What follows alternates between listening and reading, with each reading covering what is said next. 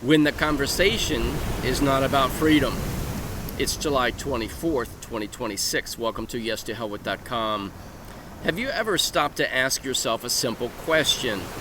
When a police officer pulls someone over, what is the real objective?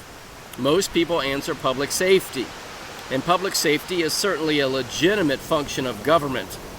But what if in some places that is no longer the entire conversation? What if the discussion quietly shifts from protecting the public to raising revenue? That isn't speculation. The Department of Justice investigated Ferguson, Missouri Police Department and concluded that the city's approach to law enforcement had become unduly focused on revenue generation. Think about that for a moment. The Department of Justice wasn't criticizing one officer. It found that the institution itself had become financially dependent upon fines and fees. Internal Communications discussed increasing ticket writing to increase municipal revenue. That should concern every American. Nor was Ferguson the only example. In Fairfax County, Virginia, an internal memorandum established daily expectations for summonses before it was withdrawn. In Falls Church, Virginia, officers faced numerical expectations tied to tickets and arrests. Los Angeles officers were pressured to produce traffic citations. Richardson, Texas, evaluated officer productivity using citation activity. In Whittier, California, officers sued the city because of quota systems. In Pearl River, Louisiana, internal emails instructed officers that the day's goal was 4 enforcement actions. Whether every allegation in every locality was ultimately proven is not the point.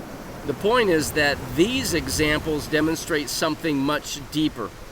Government institutions can develop financial incentives that gradually shift their focus away from protecting liberty and towards sustaining the institution itself. Now let's ask a harder question. Why does government continually need more revenue? Because government continually grows.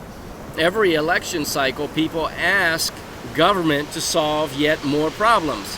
Create another department, hire more employees, pass another regulation, fund another program, expect another agency, and provide another service. Every one of those demands requires money.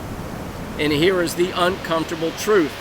The people themselves often create the pressure that leads government to seek additional revenue. No politician campaigns by saying, I'm going to increase ticket revenue. No police chief stands before the public and announces, we need more citations to support the budget.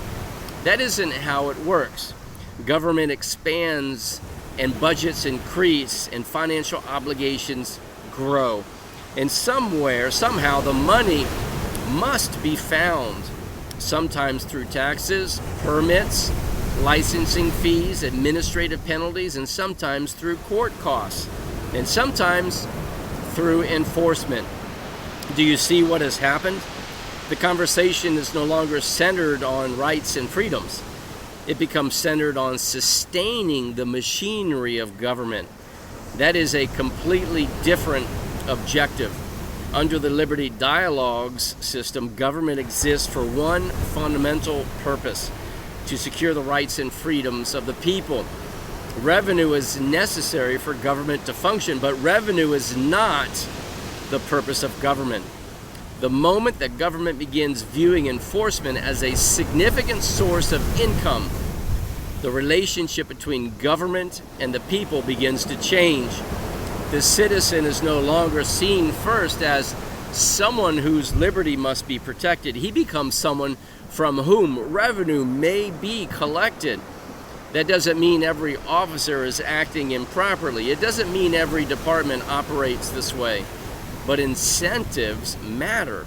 Every institution responds to the incentives placed before it.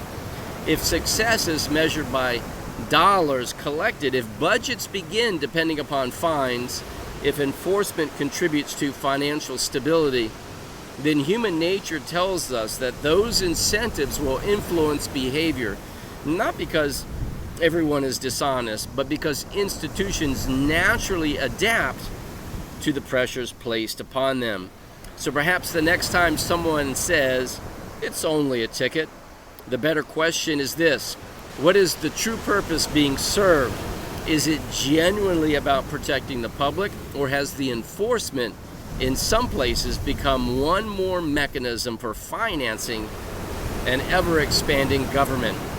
That is the conversation we should be having, because if the people continue demanding larger government without asking how it will be funded, they should not be surprised when the government increasingly looks to the people themselves as a dependable source of revenue through fines, through tickets. And when that happens, the conversation is no longer primarily about freedom. It's about sustaining government. Those are not the same thing. And as always, may truth reign supreme.